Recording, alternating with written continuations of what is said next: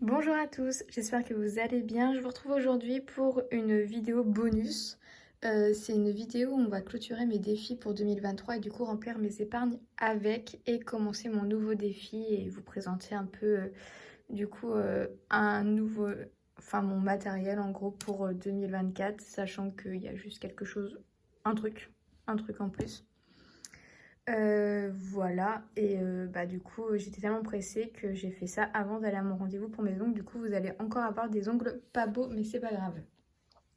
Du coup je me suis munie de ma petite calculatrice et on va d'abord prendre ce petit agenda. Du coup ça on va pas s'en occuper, on va directement aller au niveau des défis. Donc ce défi-là, je le garde, je le mets en place pour cette année parce que j'aimerais bien réussir à mettre 500 € de côté pour faire du shopping. Genre, si un jour j'ai ça pour faire du shopping, je serais très heureuse. Du coup, celui-là, je vais le garder, mais tout ça, hop, ces trois-là, je les enlève.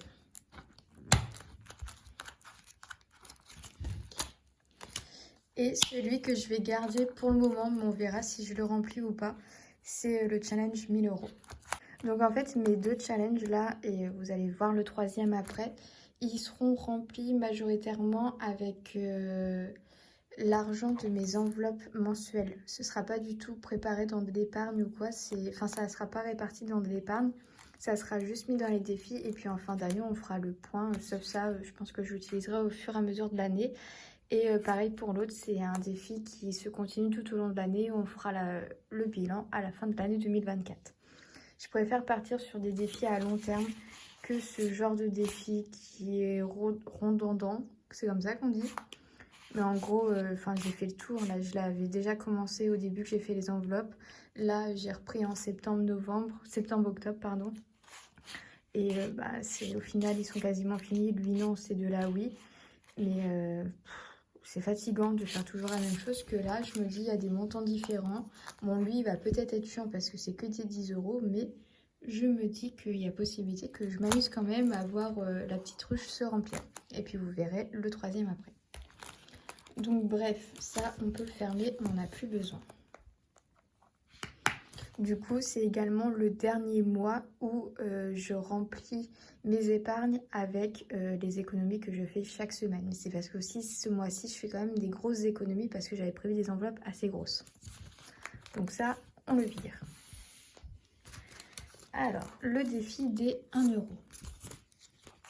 C'était objectif 20 €, du coup je les ai atteints et comme j'ai fait un micmac la dernière fois dans ma vidéo, j'ai 1 € en plus, donc ce 1 € là il servira pour remplir un défi par contre. Donc on a déjà 10 €, je vais l'écrire là. Hop. Voilà, donc ça c'est fini, on peut mettre de côté. Le défi 2 €, du coup on a économisé, j'ai économisé, faut que j'arrête de dire on parce que je suis la seule à économiser, 40 €. Donc 10, 20, 30, 40. J'ai également transformé toutes mes pièces en billets comme je vous avais dit. Hop. Vous y voyez rien, mais allez là la calculatrice. Et ce défi là, on est du coup à 75 €.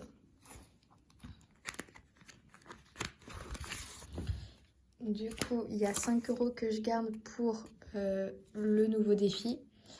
Parce que ça, je ne mettrai pas en épargne. Et 10, 20, 30, 40, 50, 60, 70 €.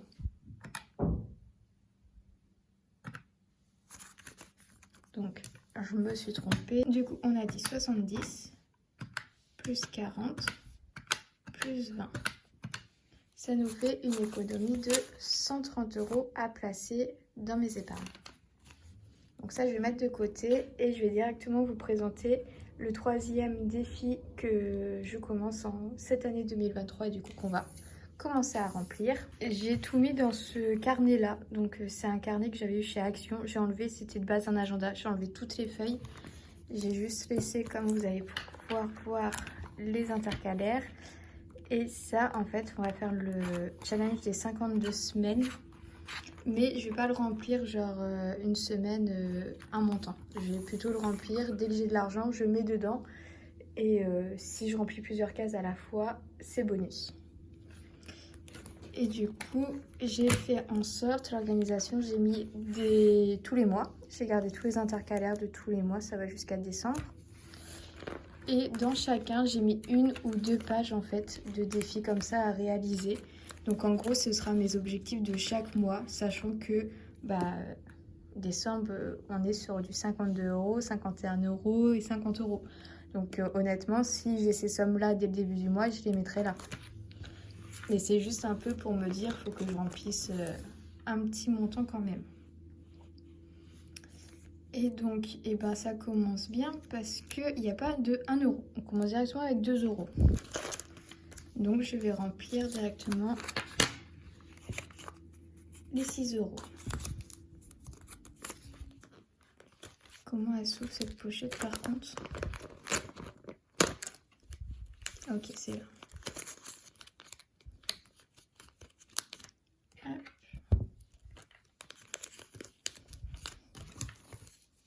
Et voilà, on a le premier défi qui est rempli. Premier jour, on a 6 €. Je pense que sur les feuilles, parce que j'ai laissé du coup des feuilles à chaque mois, je mettrai à quelle date j'ai mis quoi.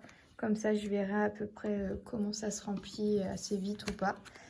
Mais j'espère que je le remplirai quand même assez vite et que ce sera pas trop difficile parce que c'est quand même un gros challenge.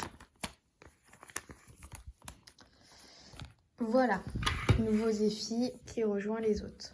Alors maintenant, pour le remplissage des épargnes. Donc on a 130 €, je pourrais directement clôturer ça, mais franchement, j'en ai pas vraiment envie. Je préférais répartir cet argent dans plusieurs épargnes à la fois.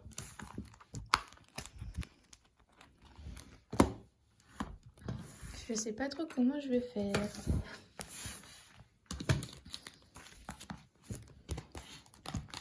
Je vais quand même en mettre dans le fonds d'urgence, histoire que ça se remplisse quand même plus vite que prévu. Et du coup, là, je vais mettre, écoutez, je vais mettre 50 €. Non, je vais mettre jusqu'à 150 €, donc je vais mettre 30 €. Je remplirai tous les trackers plus tard, hein, sinon la vidéo elle va durer trop longtemps. Donc là, on peut retirer 30 €. Donc il nous reste encore 100 €.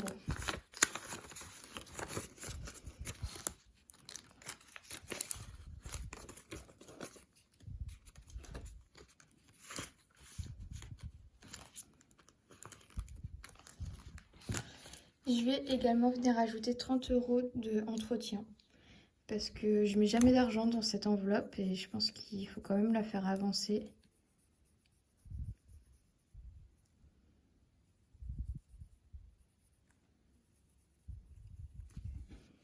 Donc on va venir retirer 30 €. Il me reste 70 €. Au moins je me dis, pour mes futurs remplissages, si j'ai que des billets de 50 €, je serai heureuse de voir tous ces billets pour me faire de la monnaie. Au niveau de voyage, je vais venir ajouter 40 €. Donc 10, 20, 30, 40. Et ça nous fait passer du coup à 200 €. Donc petit à petit quand même, ça avance bien.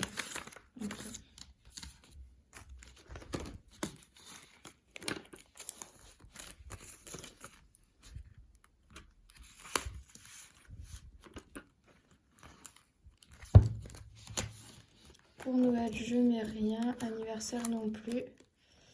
Et par contre, sortie, je vais venir remplir. Je vais venir ajouter 30 € aussi.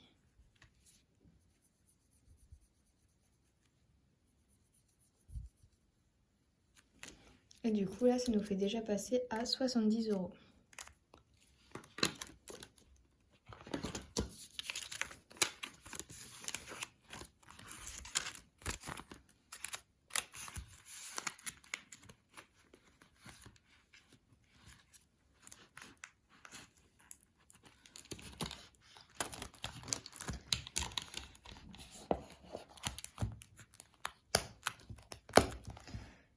Je vais mettre à jour mon petit tableau dans mon carnet de budget pour vous montrer un peu l'avancée et ce qui me reste à faire comme économie dans 2024 pour pouvoir atteindre mes objectifs et je vous reprends.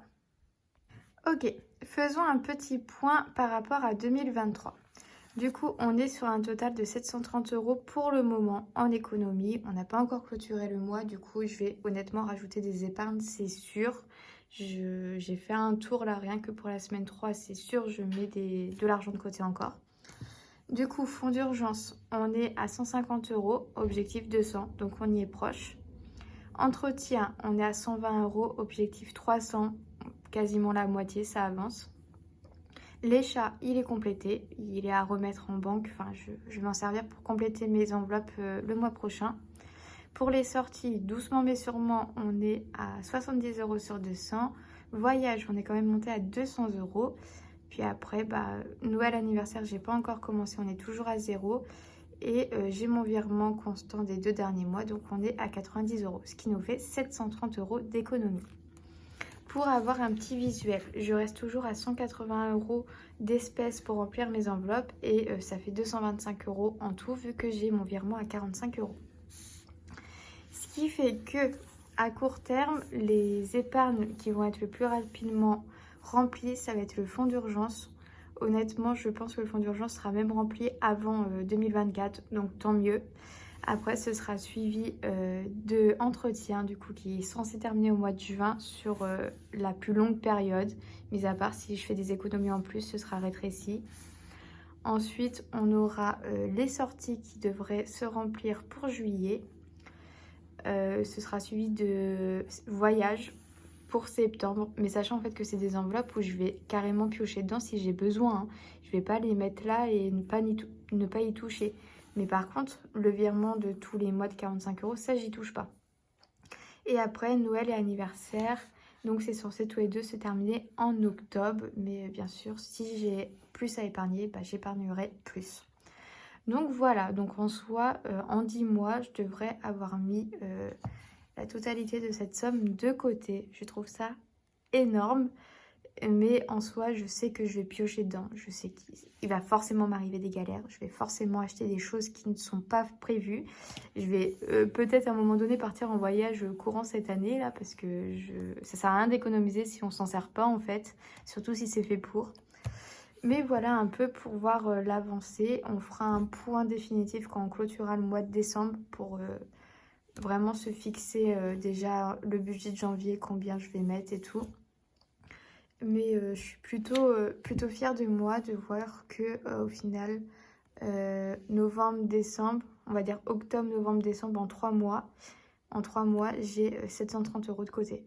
C'est plutôt énorme. Après, je suis ok sur le fait que j'ai eu mon 13e mois là, ce mois-ci, mais ça m'empêche que je me suis fait plaisir. J'ai fait tous les cadeaux de Noël. Je suis partie en week-end. J'ai pas vraiment compté mon argent. Je l'ai planifié, mais j'ai dépensé sans me restreindre à me dire qu'il faut absolument que j'économise. Mais j'ai quand même réussi à atteindre pas mal de petits paliers dans mes économies. Donc je suis contente.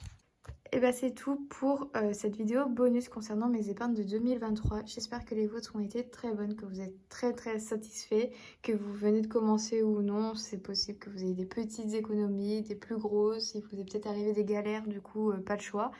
Mais j'espère quand même que vous avez maintenu un bon rythme et qu'on va tous se retrouver pour 2024 avec de meilleures économies encore. Je vous souhaite une bonne soirée, une bonne journée. À bientôt.